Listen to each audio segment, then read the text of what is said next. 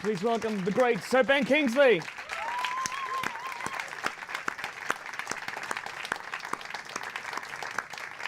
Yes, sir. Good to see you. Bounding up the steps. Welcome. Robot Overlords, you play Robin Smythe. Now, can you describe the character, and would you consider him to be the villain of the piece? Well, he's one of the survivors of the piece, and everybody, under the extraordinary constraint of being occupied by an alien force, all have to survive somehow by compromising, by trying to keep avenues of communication open between them, by trying to hold their family together in the absence of one of the key parents. I don't see him as a villain, because I never judge my character.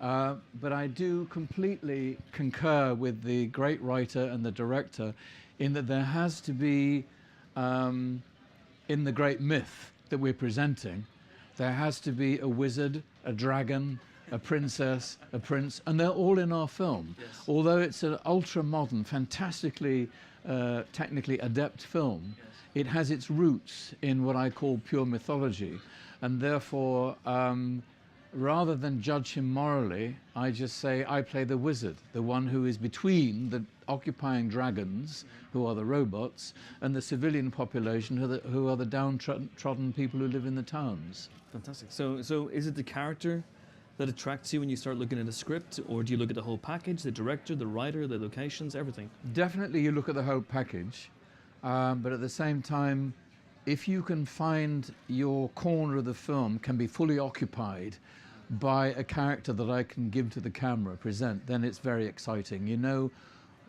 as Harrison Ford said when I worked with him a couple of years ago, he said, "I just like to be useful," and on set, and I do. I love to find my place in the narrative, how to serve the film, how best to tell the story, and where I fit in that story. And I was completely clear as to where Robin Smythe fits in the story, and what his, what I call it his narrative function, what he has to bring to the young hero, what force does he have to bring for the young hero to deal with.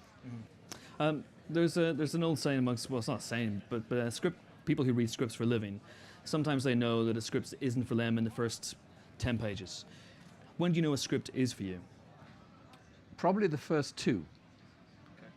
In that usually, you know, the writer, director, producer set out their wares in the first 2 pages, because many films are now created to grab the audience's attention in the first 2 pages or first 2 minutes of the film, and in a sense they lay out their wares so you can see, as a member of the audience in the film, or a script reader as I am, what the essential characteristics of the story are.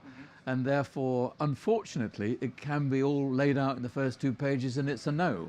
Or if it's really intriguing and doesn't lay itself bare in the first 2 pages. I was reading a script, I am reading one now, and page 11, page 12, page 13, page 14, but I was so intrigued by what was going on, and it completely stood itself on its head by the end of the screenplay. Absolutely thrilling. I'm going to do it. In fact, I'm going to help produce it and make sure it's done. It's beautiful.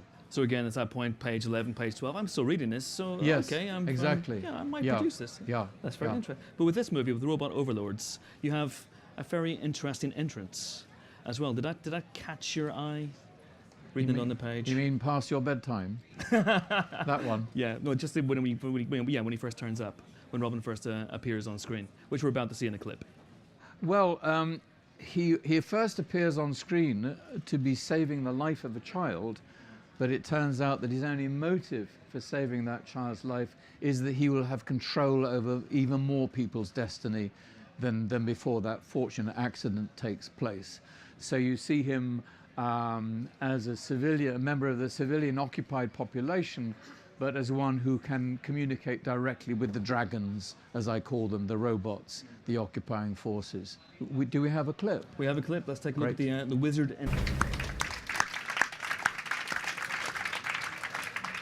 I think I heard a boo. More of a whoop, a whoop. Oh no! Surely a whoop. No, it was a boo, Tell me and a then a whoop. hiss, as all the villains deserve. He's just allowed that boy to return home. That boy has just been completely traumatized by seeing his parent, his father, killed by one of the dragons, one of the robots. So that it's a very manipulative act on my part. I would say, without judging him too harshly, that Robin Smythe does survive by manipulating history and the people around him. But how much of the character do you know at that point? You're maybe 2-3 pages into the script. He's just arrived on screen. He's just said a few words. How much of the character do you know at that point? Only what I know on page 2. I have to go through the whole arc of the character from beginning to end to appreciate his journey, and then to appreciate why the wonderful director and writer want me to have that particular arc, to therefore illuminate and celebrate the arc of the young hero. I mean, I do mean I'm there to be useful to that arc. And I can enjoy my place making the hero look wonderful by being as dark and complex and sinister and threatening a force as possible. I mean, if the dragon's weak, then the knight that kills him is not a great knight. So to go back to the original mythology, you have to make these dark forces really thrilling and perplexing to an audience in order for the young hero to triumph. It's what makes all great storytelling last, and it has lasted for hundreds of years. It's those wonderful elemental features of the film. We just spoke for another podcast, and you described your method, your approach to acting as forensic. Can you elaborate on that? Well, I think I use the word forensic because when I was at school, I had vague and rather inaccurate aspirations to be a doctor, because my father was a GP and my elder brother went into medicine, and I thought that I would trot along. I think it was to try and please them rather than follow a real vocation. However, I did have the pleasure of going to a good school where I was taught physics, chemistry, and biology, and I didn't exactly excel in them, but I appreciated them and I enjoyed them, and I now enjoy the scientific study, the forensic study of a character and his behavior, his cause and effects. Why is he like that, rather than how is he like that? I think all the best Shakespeare productions of Richard III are those that show why Richard is like that, not how he is, but why he is. They are the ones that are really, for me, entertaining and enthralling. So my forensic search is to say, what is the inner wound in this character that drives him forward? I think with Robin Smythe, and I'm thinking aloud now because I've not had this thought before, I think it's rejection. Rejection? Mm-hmm. Romantic rejection? No, I think rejection from his pupils at school, and not being the great demigod that he wanted to be to his pupils, but a rather ridiculed pedagogue. And I think that wound, that rejection in him, taints and affects everything. You know, his first marriage, his infatuation with the mother of Sean, played by Gillian Anderson in the film. Absolutely. So that's very interesting. Who wouldn't be infatuated by? Who wouldn't be? Absolutely. We've got another clip Gillian coming up as Anderson well. could play a rabbit, and I'd be totally infatuated by him. I'm intrigued by your approach to acting. I'm sure there are a lot of people here who either want to be actors or are starting out as actors and might be intrigued. Do you keep notebooks? Do you keep journals? Do you write things down? Do you sketch ideas for how your character might look and sound? How do you go about doing it? You'll find it if you come across an old script of mine, you'll find notes in the corner, in the margins. Mm-hmm. You'll find certain keywords underlined, and I get this from having been blessed with at least 15 years as a member of the Royal Shakespeare Company. That's a long time. That's beautiful. What an apprenticeship. It doesn't exist now. Yeah. The turnover is far too quickly, far too fast. I started out as a walk-on understudy. If I'm very lucky, I carried a spear. And I worked through the ranks of that glorious company and played Hamlet, Brutus in Julius Caesar, Othello in Othello, Demetrius in Peter Brook's famous Midsummer Night's Dream, Ariel in The Tempest. So those 15 years were absolutely indispensable to my love of language, of dramatic literature, of history, my stamina as a performer on stage, 8 shows a week. I would not have been capable, remotely capable, of performing Mahatma Gandhi without my 15 years training in the Royal Shakespeare Company. Wow. And it was Michael Attenborough, Dickie's son, who saw my Hamlet and said, "Dad, if ever you get the money, there's your Gandhi." Amazing. Yeah. Amazing. So they're inseparable. Yeah.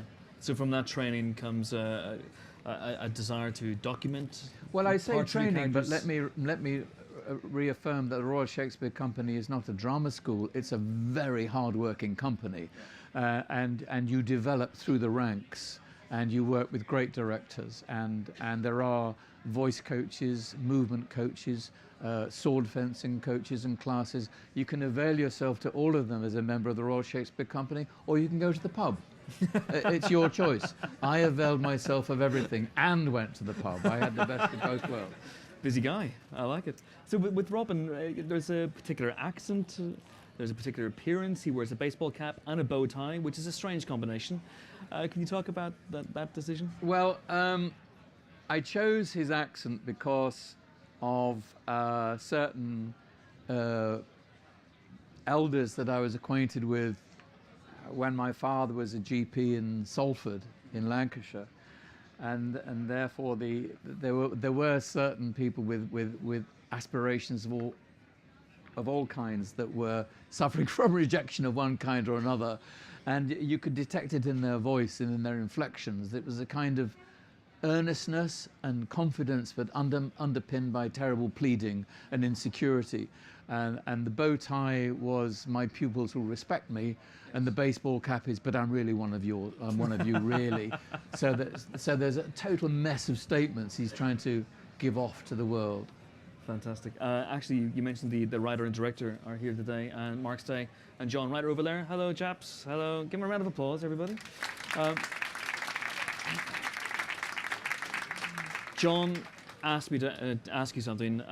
Robin, throughout the film, wipes his nose with a handkerchief. Yes. Why does he do that? Because he thinks it's posh. I think his mother told him, "Wipe your nose," and I think it's stuck.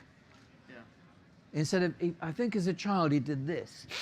He was bashed about the head violently by one of his parents, and a handkerchief thrust into his hand. Yes. So I'm afraid it's conditioning. I'm being posh. I'm pleasing my mum.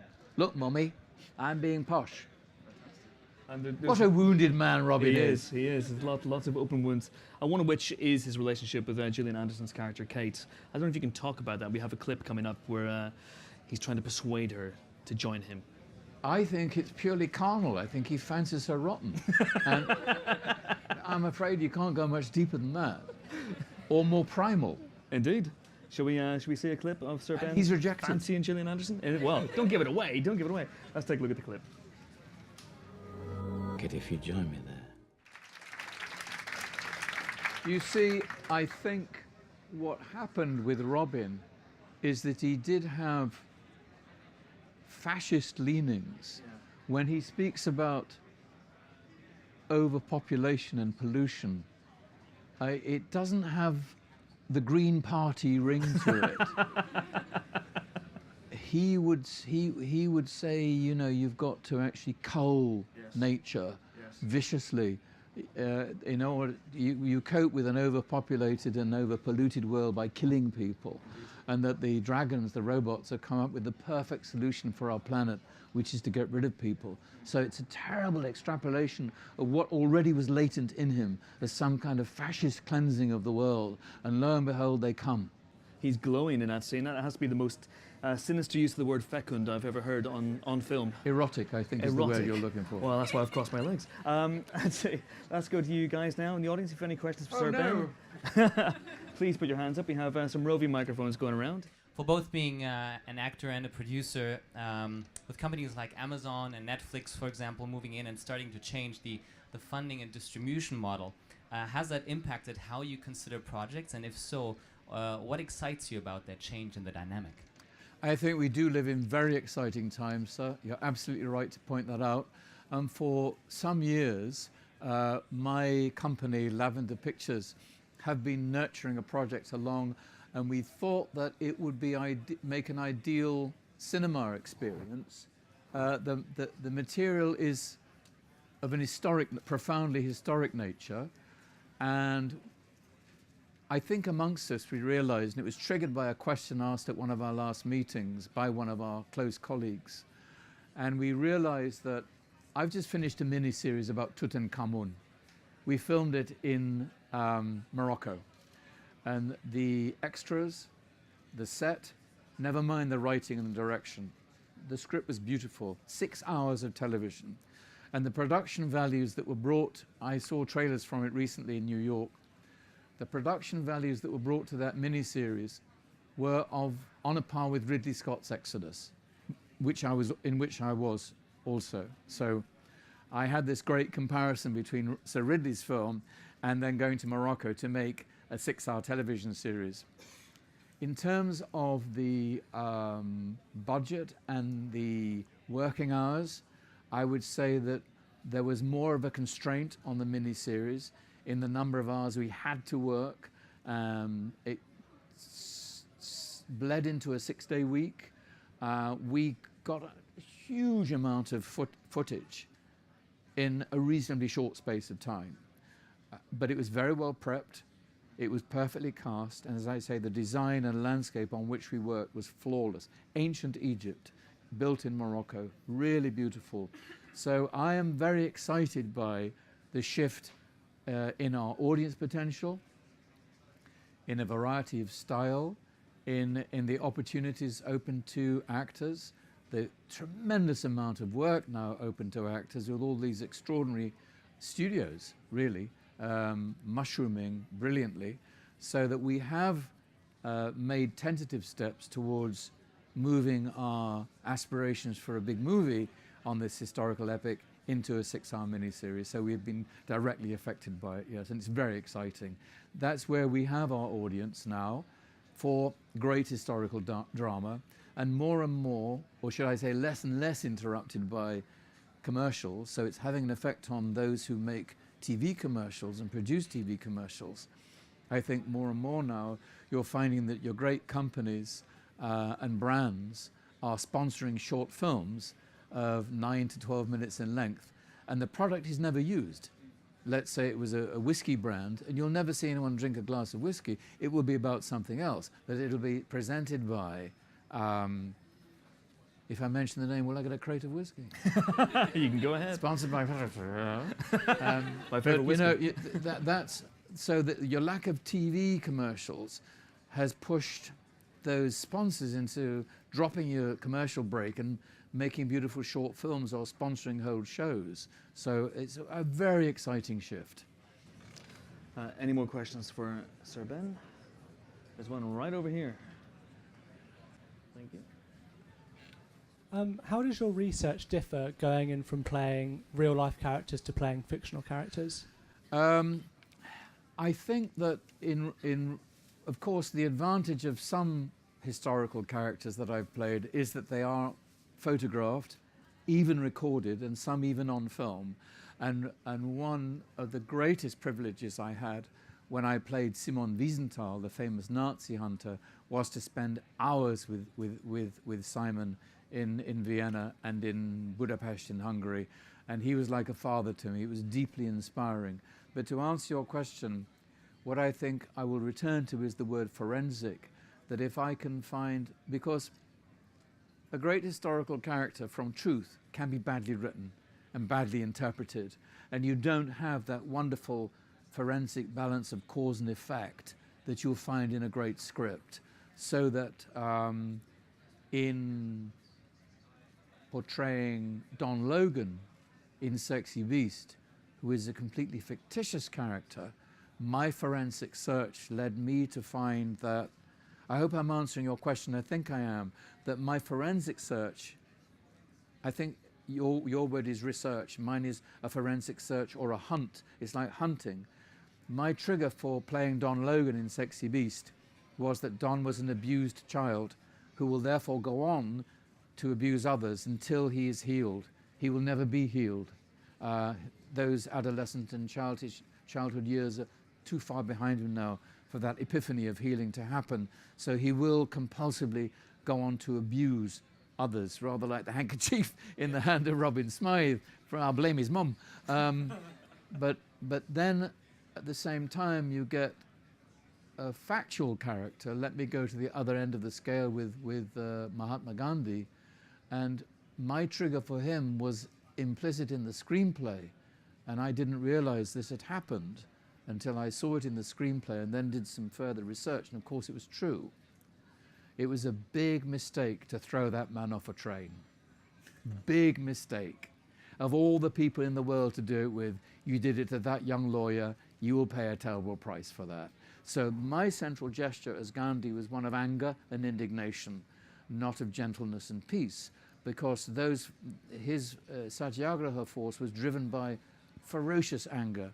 And one of the most gratifying things I heard after the film was open was from a colleague of mine, an actor, saying, you know, that was one of the angriest performances I've ever seen on screen. So he'd seen that gesture, that pain of being thrown off a train for being, what did he call him, a kafir, and threw him off the train for being in a non-white compartment, if I can put it that bluntly.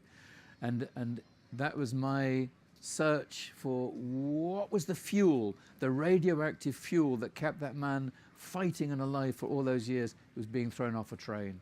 I wonder if he'd met a kind ticket collector on that train in South Africa, maybe nothing would ever have happened. Isn't it strange? But I look for cause and effect, and it can come from history, it can come from fact, but if the screenplay is well enough constructed, I'll find it in there. We've got time for just two more questions. There's a gentleman right here at the back. Thank you. If you just keep your hand up so the lady can see you. Thank you. While working on a film, how do you approach the relationship with a director? I mean, how do you consider that creative process between the two?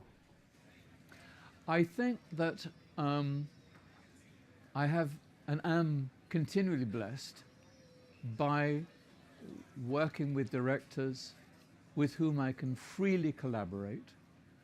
I think that the greatest gift a director can bring to the set is to create a tight context,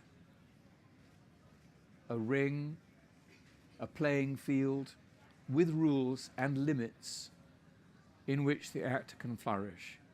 I think my collaborative mandate with a director would be from the great mathematician Archimedes, who used to work with levers and fulcrums. And Archimedes said, "Give me a place to stand and I'll move the world." It's the most brilliant saying. And I know it applied to levers and fulcrums in mathematics. And if you put your energy in the right place, you can move anything. But I also have a tacit bond with the director. If you give me a place to stand, I'll move the world. And with Scorsese, with Attenborough, with Spielberg, with our John Wright, they have given the actors the most perfect place to stand.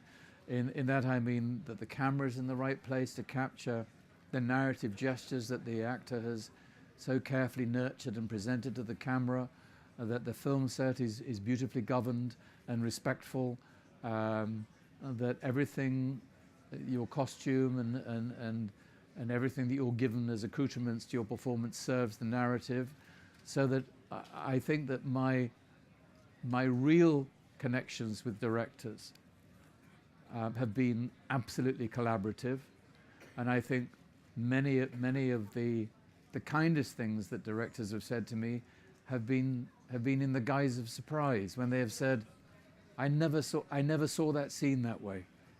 I never heard that line that way. One example, I don't know whether you've seen a film called The House of Sand and Fog.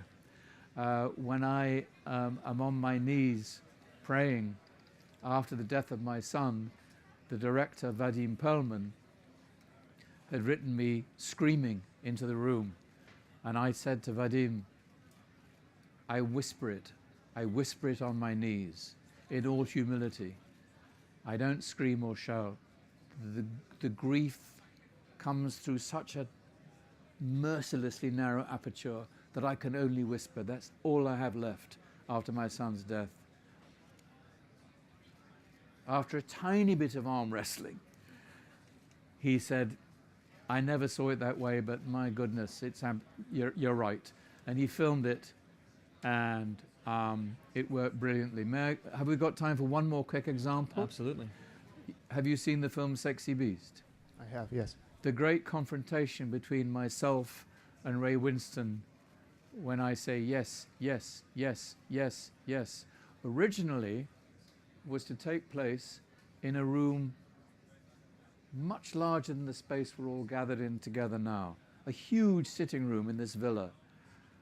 And I felt that it was a domestic quarrel between Ray's character and mine, almost like a lover's quarrel. And they take place in kitchens.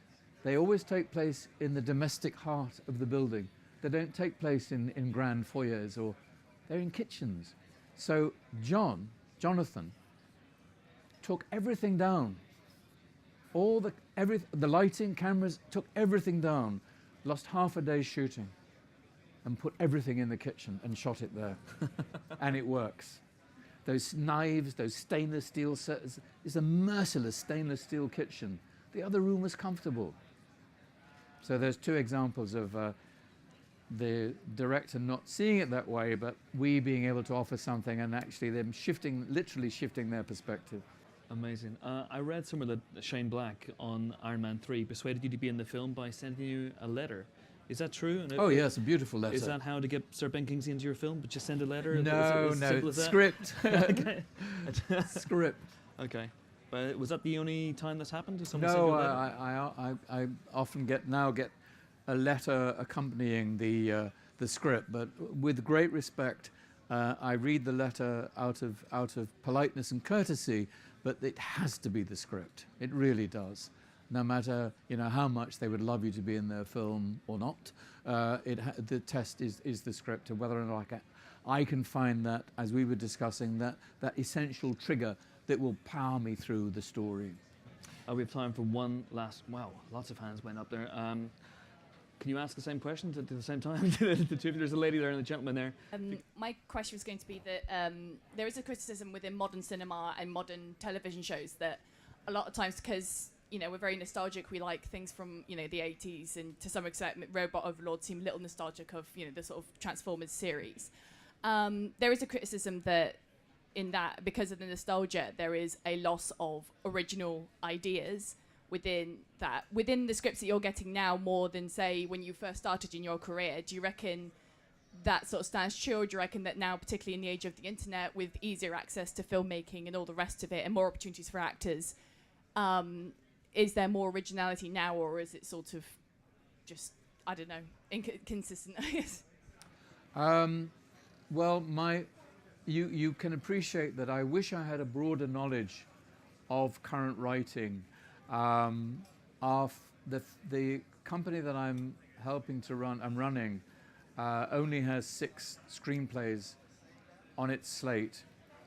But I do, for my taste, I tend to resist the formula and let the film have its own logic, so it doesn't conform to a template that has been tried and tested, because there's no proof that it will work again and again. But we do look for a remarkable gesture in the center of the film around which we can build the film, and it will have its own resonance, its own logic, its own integrity, and will be contagious, to life-enhancing to an audience. Those are my criteria, for choosing scripts. If the script is life-enhancing, if it's going to be filmed in a manner that is appropriate to the material, and if we can invite people to sit for 2 hours or more and watch it and be gratified by the process, I think that because of, as the question before last stated, the number of outlets now are multiplying overnight. I think that there is, especially with short filmmakers who are being sponsored by great companies and brands to make a 9-minute or 12-minute film, the ideas are becoming really exciting and radical, and I'm seeing some very fresh, new, thrilling ideas. Even though the screenplay might be set in the 90s, the retrospective look at that period of history is very exciting and refreshing and new. So I think that we are seeing a great generation of filmmakers who are throwing away the formula like a commodity and bringing something new and enthralling and entertaining to our audiences. That's it. That's all the time we have. Lovely. Thank you so much for coming. Thank you so much. Thank you. So Ben Kingsley.